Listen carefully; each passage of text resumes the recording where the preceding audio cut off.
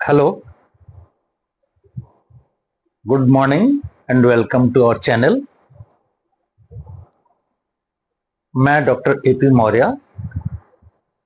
हमारे बीच doctor M A परवेश जी उपस्थित है, जो कलकत्ता यूनानी मेडिकल कॉलेज के मेडिसिन डिपार्टमेंट के हेड है।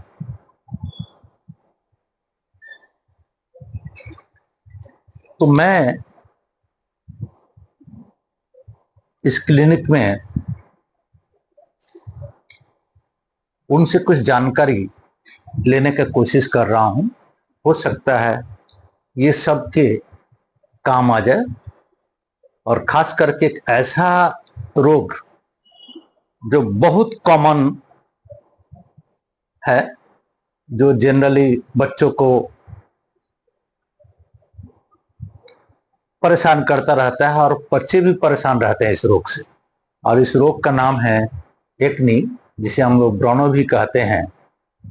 तो मैं परवेश साहब से गुजारिश करूंगा कि इसके बारे में हमें कुछ बताएं। Good morning. तो मैं बताऊंगा। पहले मैं जानना चाहूंगा कि सर, ये एक्नी होता क्या है? एक्नी एक कॉमन स्किन प्रॉब्लम है जिससे एम्ब्रेसिंग फील होता है, चेहरा खराब दिखता है। और ये सिर्फ स्किन में नहीं होता है, बाजू का शोल्डर में होता है, बैक में होता है। तो इसमें क्या होता है, हम लोग का जो हेयर फॉलिकल है वो जो है ब्लॉक हो जाता है। ब्लॉक किसके जरिए होता है?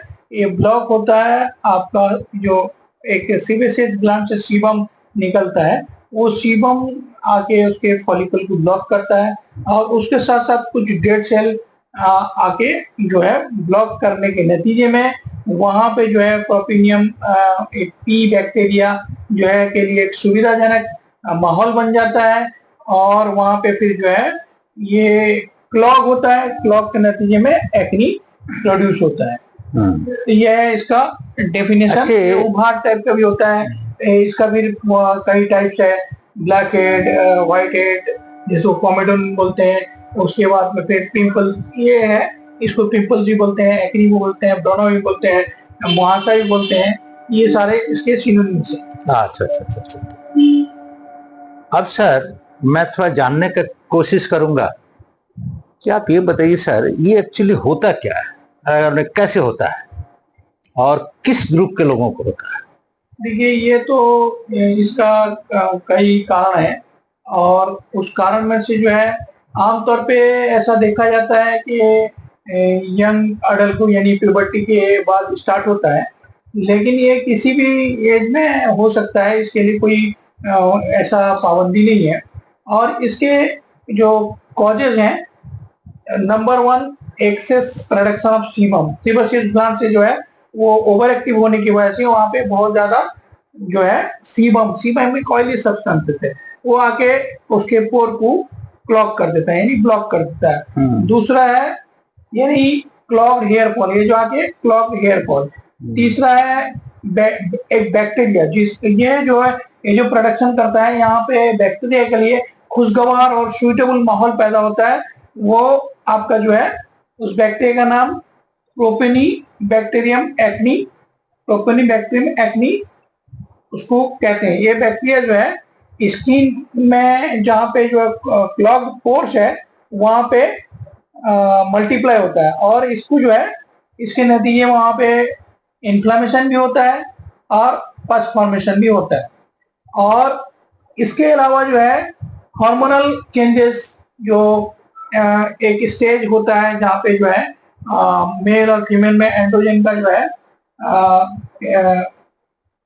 इंक्रीज होता है, जिस वजह से वहां पे जो है एक्नी होता है। और ड्यूरिंग प्यूबर्टी, मेंस्ट्रुएशन, प्रेगनेंसी और कुछ कंडीशन जिस तरह पॉलिसिस्टिक ओवेरियन डिजीज, इस कंडीशन में भी जो है एक्नी होने का इम्कान रहता है।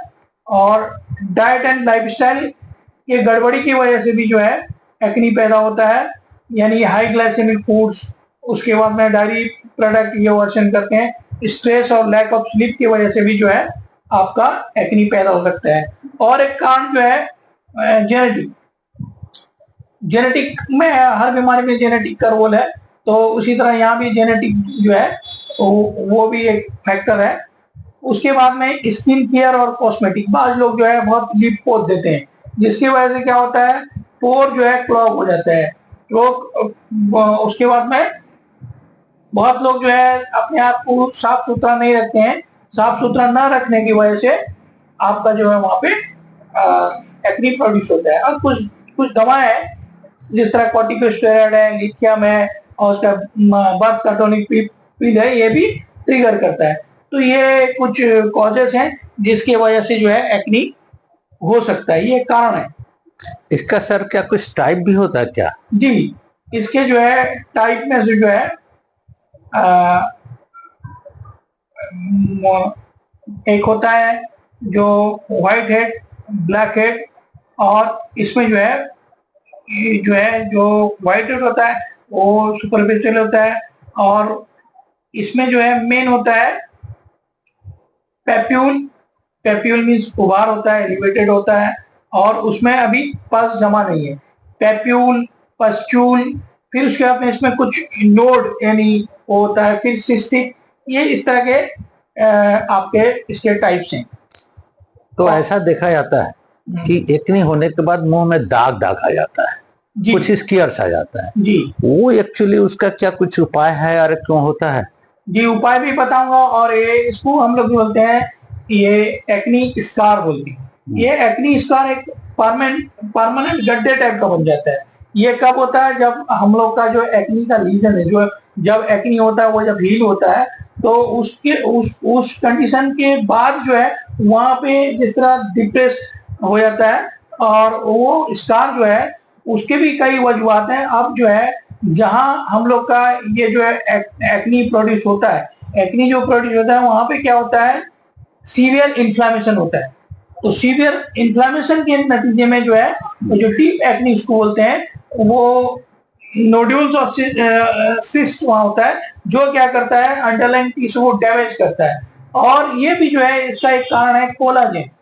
कोलाजेन एक सब्सटेंसेस है जो हम लोग के स्किन को रिपेयर करता है, और बहुत ज्यादा कोलाजेन अगर प्रोड्यूस हुआ तो भी गड़बड़ी है, अगर कम कोलाजेन हुआ तो भी गड़बड़ी है। तो अगर बहुत ज्यादा कोलाजेन होगा तो उस कंडीशन में जो एक्नी होगा उसका नाम अलग है, और उसको बोलते हैं हाइपरट्रॉफिक, यानी रेज्ड स्कार, स्कार थोड़ा उभरा हुआ होगा। और जो कोलाजन कम बनता है उसके कंडीशन में जो स्कार होता है उसको बोलते हैं एट्रोफिक स्कार। एट्रोफिक स्कार माने वहां पे जो है डिप्रेस्ड हो गया है, जो लॉस ऑफ कोलाजन के कंडीशन में होता है। इसमें जो है उसका शक्ल में बता रहा हूँ, ice peak scar. Ice peak scar जो है वो गहरा होता है, पतला होता है, और स्मॉल होल्स होता है। उसके बाद एक होता है box scar. Box car scar जो वाइडर होता है और गड्ढा होता है, और उसमें जो है एजेस होता है। उसके बाद में रोलिंग स्कार। रोलिंग स्कार एक वेव की तरह होता है। तो ये कोलाजन के वजह से भी जो है ज्यादा और कमी, पैदाइश की वजह से भी जो होता है, कमी से होता है एट्रोफिक, और ज्यादा से होता है हाइपरट्रोफिक। तो सर अब जो है कि कितने तरह के जो है वो स्कार्स होते हैं? स्कार जो है मेनली जो है दो तरह के होते हैं, एक एट्रोफिक और हाइपरट्रोफिक, जो कि आपने बताया, जो मैं बताया। उसके बाद जो है अब इसमें जो है एक होता है, अब इस गड्ढे को जो है कैसे हम लोग हील करें, इस्तेमाल करें, इसका स्पेशल ट्रीटमेंट यदि कुछ है तो कहीं तो होगा ही। बहुत सारा जो है, बहुत सारा ट्रीटमेंट है, लेकिन हम जो बताएंगे वो नेचुरल बताएंगे। देखिए डॉक्टर साहब, आजकल जो है बहुत सारा पीलिंग निकला है, उसके बाद में आपका जो डर्मारोलर माइक्रोनेडलिंग है, उसके बाद में लेजर गाइडेड माइक्रोनेडलिंग है। हम ये सब प्रोसेस में नहीं जा रहे हैं, हम एकदम प्राचीन पद्धति में जा रहे हैं, एकदम जो है नेचुरल वे में जा रहे हैं। वो नेचुरल ये है कि जो हम लोग का इन्फ्लामेशन के बाद जो गड्ढा हो जाता है यानी स्कार होता है, देखने में काफी खराब लगता है। तो ये जो है इसके लिए जो है हम लोग जो है थेरेपी इस्तेमाल करते हैं, उसको लीच थेरेपी बोलते हैं। लीच थेरेपी वो कैसे होता है? वो पूरा मैं उसका डिटेल्स बता रहा हूँ कैसे होता है, क्या होता है। लीच थेरेपी क्या करता है, देखिए यहाँ पे जो गड्ढा हुआ है वो डीपर स्किन में हुआ है, 1 to 4 mm तक जो है वहां पे फिर जो है चाहे डर्मा रोलर कीजिए या जो कीजिए होता है। तो ये लीच के जो है ये मेडिसिनल लीच, उसको हीरोडो थेरेपी बोलते हैं, हो गया। तो इसमें जो है जोलुका बोलते हैं और हम लोग के इरसाले अलग बोलते हैं। तो वो क्या करते हैं, हम लोग जो है फ्रेश मेडिकेटेड लीच कलेक्ट करते हैं फ्रॉम फ्रेश वाटर।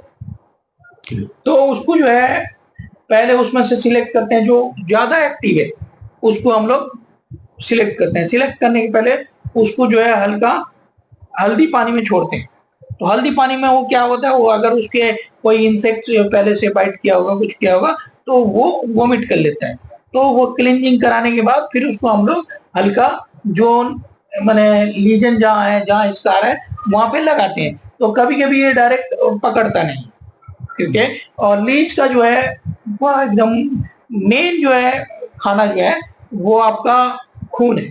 तो हल्का वहां पे लैंसेट के जरिए या किसी के जरिए हल्का अगर हम लोग स्क्रैच करते हैं यानी उसको लालच देते हैं। स्क्रैच करने के बाद वो पकड़ लेते हैं और वो पकड़ने के बाद वो पूरा जो है जो गंदगी वाला खून जो है उसको पूरा सक करता है। फिर सक करने के बाद जो है उसको फिर हम लोग जो है माने हाविशुद्धम दवा देके ट्रेसिंग करके उसको छोड़ते हैं, वो एक वाई से पोक करता है और तमाम जो है जो वहां के फासिद मवाद है उसको निकाल देता है। लीच थेरेपी 4 या 5 सेटिंग करने के बाद वो जो स्कार है वो नेचुरल जिस तरह मेरा एकदम हील हो गया है तो वैसे हो जाता है। ये हो गया लीच थेरेपी। और कहीं कहीं हम लोग जो है कपिंग थेरेपी भी करते हैं, फेशियल कपिंग थेरेपी भी करते हैं। तो ऐसे बहुत सारे जो है थेरेपीज हैं, लेकिन ये एकदम सक्सेसफुल इसका ट्रीटमेंट है और काफी पेशेंट को मैंने रिकवरी होते हुए देखेंगे। चांसेस माने इवनिंग जो है 80 to 90% इस में जो है चांसेस है माने जो स्कार भरने का। Okay, thank you very much sir. आपका भी आपने बहुत बहुत बहुत शुक्रिया। अनुभव प्राप्त हुआ और मैं आशा करता हूँ कि ये लोगों को भी बहुत लाभप्रद होगा। जी देखिए बहुत सारा Thank you very जो much. कॉस्मेटिक्स है, बहुत सारा जो है आपका जो है जो लगाते हैं उससे क्या होता है पोर में और क्लॉग होता है जिसकी वजह से हाँ, बहुत सारा केमिकल्स है जो बहुत नुकसान करता रहता है। तो हम चाहें अच्छा खाने पीने में हम बोलेंगे डायरी प्रोडक्ट्स मत खाइए और एक्सेसिव जो है ग्लाइसेमिक लोड वाला खाना मत खाइए और तला भजा नहीं खाइए और चेहरे को बार बार क्लीन कीजिए। और बहुत एक खराब हैबिट है लोगों का, जिनको भी एक्ने होता है वो उसको नोचते रहते हैं, वो करते रहते हैं, जिससे क्या है ये और ज्यादा स्प्रेड होने के चांसेस रहते हैं। हाइजीनिक रहिए, खाना पीना ठीक कीजिए और जो है थेरेपी अडेप्ट कीजिए और क्लीन करके अपने चेहरे को क्लीन कीजिए। इसी बात से हम अपना वक्तव्य खत्म करते हैं। आपका बहुत बहुत धन्यवाद। Thank you very much.